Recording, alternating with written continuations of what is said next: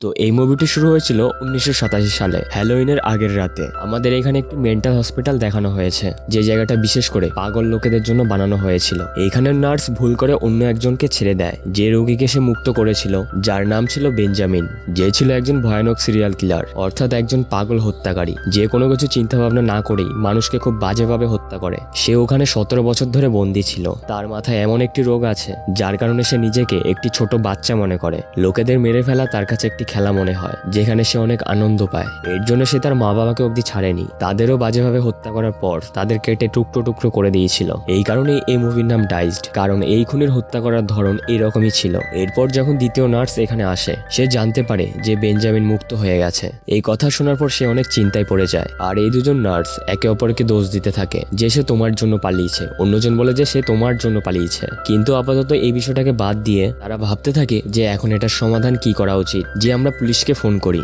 এই সবকিছুর ব্যাপারে তাদের বলে দিই। সে বলে না, এবং সে পরিকল্পনা করে যে আমরা সবকিছু এমন ভাবে দেখাবো যেন সবার এটাই মনে হয় যে বেঞ্জামিন এখানে কখনো আসেইনি। এর মানে সে এখানে রোগী ছিল না। আর এবার বেঞ্জামিন মেন্টাল হসপিটাল থেকে বেরিয়ে যাওয়ার পর সরাসরি একটি বাড়িতে যায়, যেখানে একটি ছেলে হ্যালোউইনের পার্টিতে যাওয়ার জন্য রেডি হচ্ছিল। সে তার মুখের চেহারা জোকারের মতো তৈরি করছিল, তার মুখে রং দিয়ে সে তার মেকআপ করছিল। ঠিক তখনই এখানে বেঞ্জামিন চলে আসে আর তার উপর আক্রমণ করে দেয়। সে ওই ছেলেটার গলা কেটে দেয়, তার সাথে সাথে খুব দ্রুত রক্ত বেরোতে শুরু করে। বেঞ্জামিন এভাবেই তাকে কষ্ট দেওয়ার জন্য ওখানে ছেড়ে দেয়। তারপর সেই ছেলেটির জায়গায় নিজে এসে দাঁড়িয়ে পড়ে, মেকআপ করতে শুরু করে। সে তার মেকআপ জোকারের মতোই করছিল, কারণ তার মুখ একটু লম্বাই ছিল, তার জন্য তাকে একদম জোকারের মতোই দেখাচ্ছিল। পুরো মেকআপ করার পর সে ওই ছেলেটির জোকারের ড্রেস পরে পুরোপুরি রেডি হয়ে যায়, আর মাথায় তার মতো টুপিও পরে নেয়, এবং তার হাতগুলিও ভালো করে ডিজাইন করে নিয়েছিল।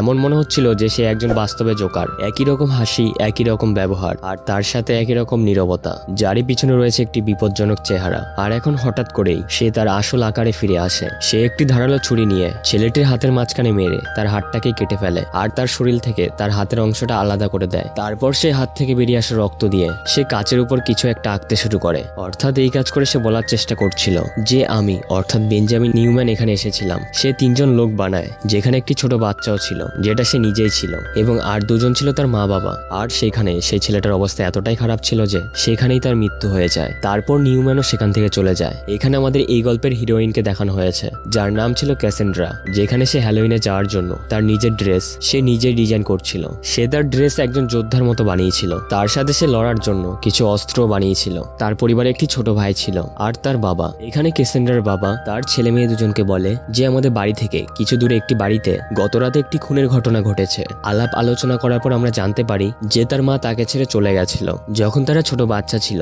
আজ অব্দি তারা এর কারণ খুঁজে পায়নি যে তার মা কেন তাদের ছেড়ে চলে গেছে। তারপর খাবার খাওয়ার পর ক্যাসেন্ড্রা এবং তার ভাই স্কুল চলে যায়। এখানেও সেই কিলারের ব্যাপারে আলোচনা হচ্ছিল, অর্থাৎ গতকাল রাতে যে খুন করেছিল, যে সে এখন অব্দি ধরা পড়েনি। তবে বিশেষ করে এই বিষয়ে লোকেদের কোনো পার্থক্য ছিল না, কারণ রাতে হ্যালোইন আছে, তো তাদের সেখানে পার্টি করতে যাওয়া উচিত। অন্যদিকে সেই কিলার অর্থাৎ নিউম্যান তার বিপজ্জনক কাজে লেগেছিল, অর্থাৎ মানুষদের খুন করার কাজে। সে এবার একটি বাড়িতে যায় যেখানে একটি মহিলা একা বসেছিল। নিউম্যান আসার পরই সেই মহিলার উপর আক্রমণ করে, তার উপর ঝাঁপিয়ে পড়ে তাকে তুলে তুলে মারছিল। যদিও সেই মহিলাটি ঘুরে তাকে আক্রমণ করে নিজের আত্মরক্ষা করার জন্য, কিন্তু নিউম্যান তাকে চেপে ধরে নিয়ন্ত্রণ করে নেয়। তারপর সেই মহিলাকে মাটিতে শুয়ে দিয়ে পেরেক ঢুকিয়ে মেঝেতে শক্তভাবে আটকে দেয়। এইখানেও সে তার সীমা পার করে ফেলে, সে মহিলার হাত কেটে ফেলে। তারপর সে হাতটা আর বালতিটাকে তার সাথে করে নিয়ে যায়। এইসব করার পর নিউম্যান সেখান থেকে এগিয়ে আসে। তারপর সে যখন একটি হোটেলে ঢোকে, তো এখানে ক্যাসেন্ড্রা তার বন্ধুর সাথে বসেছিল, যাদেরকে কিলার বাইরে থেকে দেখেছিল। আর তারপর সে ভিতরে চলে আসে। মেয়ে দুটোর খুব কাছাকাছি সে বসেছিল, খারাপ ভাবে সে শুধু ওদের দিকেই তাকিয়েছিল। আর যখন দুটো মেয়েই তার আচরণ লক্ষ্য করে, তখন তাকে কিছু বলার পরিবর্তে তারা চুপচাপ এখান থেকে চলে যায়। তারপর যখন হোটেলের মালিক নিউম্যানকে দেখে, তখন সে তার উপর অনেক রাগ দেখায়, বলে তুমি এখানে কি করছো, চলে যাও এখান থেকে। যার পর নিউম্যান খুব রেগে তো গেছিল, কিন্তু সে চুপচাপ সেখান থেকে চলে যায়। কিন্তু সেখানে একটা জিনিস সে হোটেলের মালিকের জন্য রেখে যায়, যেটা ছিল সেই মহিলার কাটা হাত, যেটা উত্তেজনা করার জন্য নিউম্যান সেখানে রেখে আসে। রাতেবেলা ক্যাসেন্ড্রা পার্টিতে যাওয়ার জন্য পুরোপুরি রেডি হয়ে গেছিল। এখানেই জানা যায় সে লড়াই করার পদ্ধতিও শিখেছিল। যার সময় তার হাত একটি ছবির উপর পড়ে, যেটা ছিল তার মা বাবার ছবি। সে সময়ের ছিল যখন তারা দুজনে কলেজে পড়তো। সে ছবিতে তার মা বাবার সাথে একটি অদ্ভুত ছেলেও ছিল, যেটা ছিল আর কেউ না বরং বেঞ্জামিন নিউম্যানই ছিল, যে ক্যাসেন্ড্রার মাকে খুব পছন্দ করত, তার পিছনে পড়ে থাকতো। এটা দেখার পর ক্যাসেন্ড্রা যখন তার বাবাকে জিজ্ঞেস করে, তারপর গিয়ে সে তার মুখ খোলে এইসব ব্যাপারে। তারপর সে বলে, আমার মনে হয় তোমার মায়ের হারিয়ে যাওয়ার পিছনে এর হাত আছে, অর্থাৎ বেঞ্জামিন নিউম্যানের। এসব শোনার পর ক্যাসেন্ড্রা খুব রেগে যায়। সে তার বাবার উপর রেগে চেঁচাতে শুরু করে, বলে যে এত বড় কথাটা তুমি আজ পর্যন্ত আমাদের কাছে লুকিয়ে রেখেছো? প্রথমে কেন এসব বলনি? এতদিন ধরে তুমি আমাদের এটাই বলে যাচ্ছিলে যে মা আমাদের ছেড়ে চলে গেছে, কিন্তু তুমি আজ গিয়ে বলছো যে হতে পারে কেউ তাকে মেরে ফেলেছে, সে অদৃশ্য হয়ে গেছে। তুমি এসব কি করছো? এটা কি কোনো একটা মজার বিষয়? এখন তুমি আমার কথা শোনো, এই কেসটাকে আরেকবার খোলো। হয়তো যে মা বেঁচে আছে এখানে সে তার বাবাকে অনেক কথা শুনিয়ে দেয়। এরপরই ডোরবেল বাজে। আসলে ওখানে ক্যাসেন্ড্রার বন্ধু এসেছিল যে তাকে ওই পার্টিতে যার জন্য নিতে এসেছিল। তারপর খুশি মনে ক্যাসেন্ড্রা সেখান থেকে তার সাথে চলে যায়। তখন নিউম্যান তার বাড়ির ছাদের উপর দাঁড়িয়েছিল, তাকে যাওয়ার সময় দেখে ফেলে। আর পার্টি কোথায় হচ্ছিল সেখানে যাওয়ার অ্যাড্রেসও সে শুনেছিল। অর্থাৎ সে এখন এখানে ক্যাসেন্ড্রার পিছনে পড়ে আছে। তার দৃষ্টিতে ক্যাসেন্ড্রার বাবা পড়েছিল, যে রান্নাঘরেই ছিল। তখন পিছন থেকে এসে সে তার উপর আক্রমণ করে দেয়। আহত করে সে প্রথমে তাকে মাটিতে শুইয়ে দেয়, তারপর সে তার পেট কেটে রেখে দেয় আর পেটের ভিতর থেকে সবকিছু খুব খারাপ ভাবে বের করে ফেলে। তারপর গিয়ে তার শান্তি হয় আর সেখান থেকে সে চলে যায়। তার মধ্যেই ক্যাসেন্ড্রার ভাই ঘরে ফিরে আসে। আর যখন সে দেখতে পায় যে তার বাবা মারা যাচ্ছে এবং তার অবস্থা এত খারাপ, তো প্রথমে সে পুলিশকে ফোন করে, তারপর ক্যাসেন্ড্রাকে। কিন্তু এখানে পুলিশ তো ফোন ধরেছিল, কিন্তু ক্যাসেন্ড্রা ফোন তোলেনি, কারণ সে পার্টিতেই ব্যস্ত ছিল। তার কারণে সে শুনতেই পায়নি। তখন সে পার্টিতে নিউম্যানও চলে আসে। এখানে এসে সে সবার প্রথমে একটি ছেলেকে তার শিকার বানায়, যে ছিল সব থেকে বিখ্যাত। ছেলেটি যখন ওয়াশরুমে একা ছিল তখন নিউম্যান তার উপর আক্রমণ করে বসে। পিছন থেকে এসে প্রথমে তার চাকুটি মাথায় আঘাত করে, তারপর তার দুটো আঙ্গুল চোখের মধ্যে দিয়ে তার চোখ খুলে নেয়, যার পর খুব নৃশংসভাবে তার মাথাটাকে দুটো টুকরো করে দেয়। যে সিনটা ছিল খুবই ভয়ঙ্কর। পার্টিতে ক্যাসেন্ড্রা খুব বেশি মদ্যপান করেছিল, তার খুব নেশা হয়ে যায়। তখন এখানে তার ভাই নার্ভাস হয়ে আসে। তারপর সে ক্যাসেন্ড্রাকে সবকিছু খুলে বলে। সে পার্টিতে নিউম্যানকেও দেখে ফেলেছিল যে এখান থেকে বাইরে বেরিয়ে যাচ্ছিল। ক্যাসেন্ড্রার ভাই তাকে চিনতে পেরেছিল। সে বলে ওই লোকটাই যে আমার বাবাকে মেরেছে, কারণ সে যখন বাড়িতে ফিরে আসছিল তখন সে তার ঘর থেকে নিউম্যানকে বেরোতে দেখেছিল।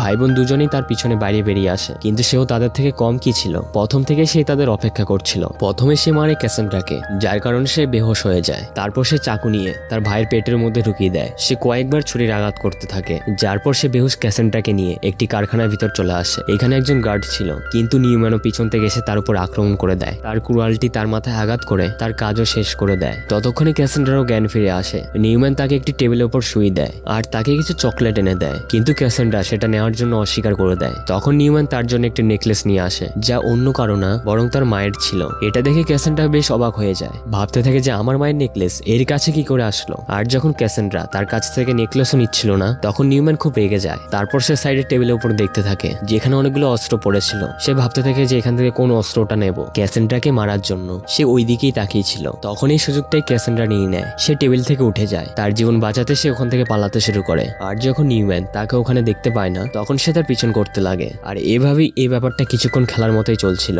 সামনে ক্যাসেন্ড্রা তো পিছনে নিউম্যান। ক্যাসেন্ড্রা লুকে যাচ্ছিল আর সে তাকে খুঁজে বের করছিল। তার কারণ নিউম্যান তো তাকে বাচ্চা মনে করে, তাই তার এই কাজটা করতে অনেক মজা লাগছিল, যেটা ছিল ক্যাসেন্ড্রার জন্য বিপরীত। কারণ সে যেখানে লুকেছিল তার পাশে সেই গার্ডের মৃতদেহ দেখতে পায়, যার অবস্থা খুবই খারাপ ছিল। তার শরীরে কিছু অংশ উধাও ছিল, যার পর তার ভয়ের কোনো জায়গায় ছিল না। কিন্তু কোনোভাবে সে নিজেকে নিয়ন্ত্রণ করে, সে সাহস করে, সে ওখান থেকে উঠে নিউম্যানকে পিছন থেকে আক্রমণ করে, যার কারণে সে নিচে পড়ে যায়। তারপর সে তার উপরে বসে কয়েকবার চাকু দিয়ে তার শরীরে আঘাত করে। ততক্ষণ সে আঘাত করতে থাকে যতক্ষণ না তার অর্ধেক মৃত্যু হয়ে যায়। তারপর সে সেখান থেকে উঠে যায়। সেখান থেকে ফোন নিয়ে সে পুলিশকে কল করতে থাকে, কিন্তু ততক্ষণে নিউম্যান ধীরে ধীরে তার কাছে চলে আসে। ক্যাসেন্ড্রা ভাবতে থাকে যে এখনো তার কিছুই হয়নি, কারণ সে উঠতে পারছিল না। এই ব্যাপারটা সুবিধা নিয়ে সে কুড়াল নেয় আর বারবার তার উপর আক্রমণ করতে থাকে, যার কারণে নিউম্যানের অবস্থা এখানে খুব খারাপ হয়ে যায়। এরপর সে তার মায়ের নেকলেস হাতে নিয়ে ভাবতে থাকে যে আমার মায়ের লকেট এর কাছে কি করে আসলো। কিন্তু ততক্ষণে এখানে পুলিশ চলে আসে। ক্যাসেন্ড্রা খুব তাড়াতাড়ি তাদের কাছে যায় আর তাদের বলে যে কিলার ওখানে আছে। তারপর যখন পুলিশ ওখানে গিয়ে চেক করে, তখন ওখানে তারা কাউকে খুঁজে পায় না, কারণ নিউম্যান সেখান থেকে নিখোঁজ হয়ে গেছিল।